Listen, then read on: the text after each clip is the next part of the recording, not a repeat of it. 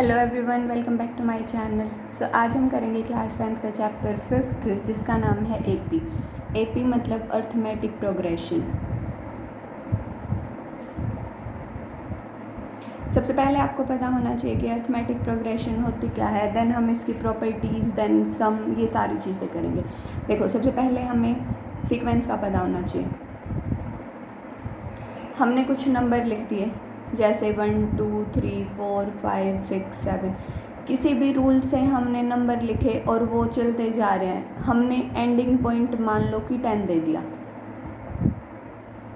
तो ये हमारे पास क्या बनी, एक सीक्वेंस बनी नंबर्स की। हम इसको बोल सकते हैं कि natural numbers which are less than और इक्वल टू 10। तो ये हमारे पास क्या बनी, एक सीक्वेंस बनी। उसके साथ ही सीरीज़ का कॉन्सेप्ट आता है।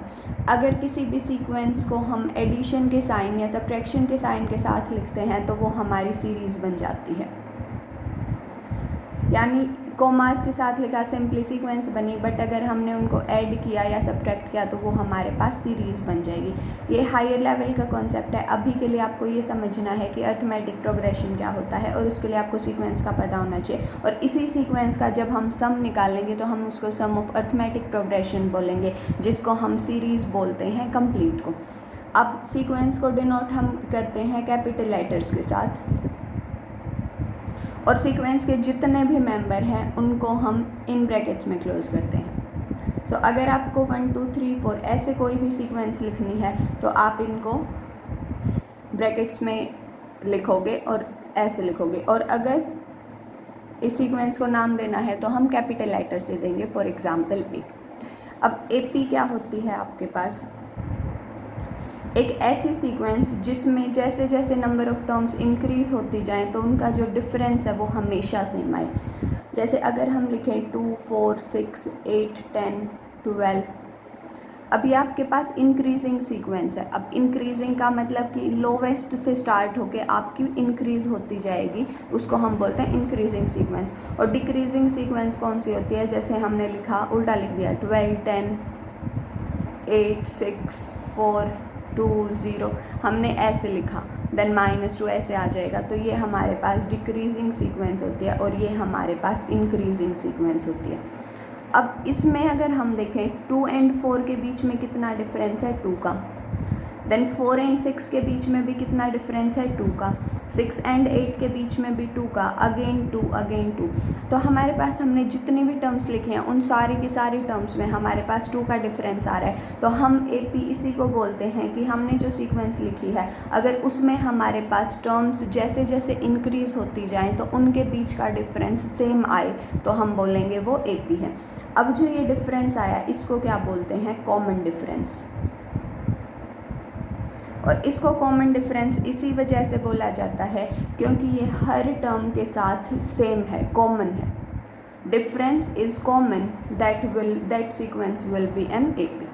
सो साथ में अगर हम इसकी बात करें, देखो 12 and 10 के बीच में अगेन 2 का डिफरेंस, तो ये हमारे पास एपी है, बट कौन सी एपी है, डिक्रीजिंग है। हमारे पास डिक्रीजिंग सीक्वेंस है, एपी तो है बट डिक्रीजिंग सीक्वेंस के साथ है। अब जो ये कॉमन डिफरेंस होता है हमारे पास, इसको हम डी से डिनोट करते हैं। और ये होता क्या है, देखो हमने कोई भी नॉर्मली एपी ली, अब ये तो मैंने आपको एग्जाम्पल से बताया, बट एपी की टर्म्स को हम ऐसे लिखते हैं A1 A2 A3, मतलब स्मॉल लेटर्स के साथ, और ये ऐसे चलता जाता है।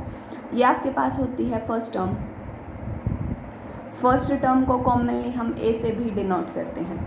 ये second term, third term, fourth term, और ऐसे चलता जाता है। लास्ट वाली टर्म को हम बोलते हैं nth टर्म, an हमारे पास होती है जिसको हम nth टर्म बोलते हैं। अब कॉमन डिफरेंस क्या होता है, सेकंड वाली टर्म में से फर्स्ट वाली माइनस करेंगे। अब सेकंड वाली छोटी हो चाहे सेकंड वाली बड़ी हो, हमेशा सेकंड वाली में से फर्स्ट माइनस करेंगे। सो हम लिखेंगे A2 - A1। ये आपके पास इक्वल आएगा जब हम थर्ड में से सेकंड माइनस करेंगे, यानी A3 - A2। जैसे इसमें किया ना, 4 - 2 किया तो 2 आया, देन 6 - 4 किया 2 आया, 8 - 6 किया 2 आया, 10 - 8 किया अगेन 2 आया हमारे पास। उसके बाद ये किसके इक्वल बनेगा, A4 - A3, और ऐसे चलते जाएंगे। मतलब कोई भी 2 टर्म्स उठाओ, उससे पहले वाली 2 टर्म्स उठाओ, आपके पास डिफरेंस जो है वो हमेशा सेम बनेगा। इसी को हम बोलते हैं एपी। इसी के साथ एक जीपी का कॉन्सेप्ट भी आता है जो कि आप हायर क्लासेस में पढ़ोगे। ये हमारे पास कॉमन डिफरेंस होता है, उसमें हमारे पास कॉमन रेशियो सेम आएगा। कॉमन रेशियो का मतलब जैसे इसमें हम माइनस करके देख रहे हैं, उसमें हम डिवाइड करके देखेंगे A2 by A1, A3 by A2, A4 by A3, ऐसे डिवाइड करके देखेंगे। और अगर आपके पास ये इक्वल जो रेशियो है इक्वल आ रहा है, उसको हम बोलते हैं कि ये आपके पास जीपी में है। अभी के लिए एपी वो करो, बट जीपी को फिर भी ध्यान में रखना कि जीपी क्या होता है जिसमें कॉमन रेशियो सेम है। एपी, अब ये आपके पास nth टर्म है, ये फर्स्ट टर्म है, सेकंड थर्ड ऐसे। डी कॉमन डिफरेंस है, हमेशा ध्यान रखना हम डी जो है वो हमेशा ही डी कॉमन डिफरेंस के लिए डिनोट करते हैं एपी में। A2 माइनस A1 ये आपके पास टर्म्स हैं और ये इनका जब भी डिफरेंस करोगे ये हमेशा सेम आएगा। अब जो आपके पास एक्सरसाइज 5.1 है उसमें सिर्फ इतना ही कॉन्सेप्ट यूज़ होगा आपके पास। हो सकता है आपसे पूछा जाए कि आगे वाले टर्म्स निकालो, वो भी मैं आपको बता देती हूँ। मान लो आपको कोई भी फर्स्ट टर्म दे दी 2 और आपको बोल दिया जो कॉमन डिफरेंस है वो है 3, तो फर्स्ट 4 टर्म्स निकालो। तो फर्स्ट टर्म तो आपके पास यही बनी A जो कि है 2।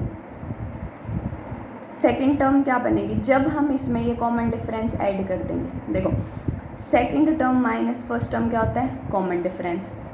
A1 हमें दे रखा है, A1 को इस तरफ लेके जाऊंगी तो A2 क्या बनेगा A1 प्लस D, यानी 2 में जब मैंने 3 ऐड किया तो मेरे पास आई second term that is 5। Again अगर मुझे A3 निकालना है तो मैं A2 में क्या ऐड कर दूंगी D। अगर इसकी बात करें तो A2 को इस तरफ लेके आएंगे तो A2 प्लस D क्या बन जाएगा A3। तो A2 5 है, D 3 है, तो कितना बनेगा 8। A4 क्या बन जाएगा जब मैं 8 में 3 ऐड कर दूंगी 11। आपको आंसर वेरीफाई करने के लिए क्या करना है, आपको ये देखना है ये सीक्वेंस क्या बनी 2 5 8 11 और ऐसे चलती जाएगी। तो क्या आपके पास फर्स्ट टर्म 2 है, यस। क्या आपके पास कॉमन डिफरेंस 3 है हर केस में, 5 minus 2 is 3, 8 minus 5 is 3, 11 minus 8 is 3। So yes ये हमारे पास सेम है, तो ये हमारे पास आंसर बिल्कुल ठीक है। सो ये हमारे पास इंट्रोडक्शन पार्ट था एक्सरसाइज 5.1 का। नेक्स्ट वीडियो में हम एक्सरसाइज 5.1 के साथ मिलेंगे। तब तक के लिए like share and subscribe my channel. Thank you so much.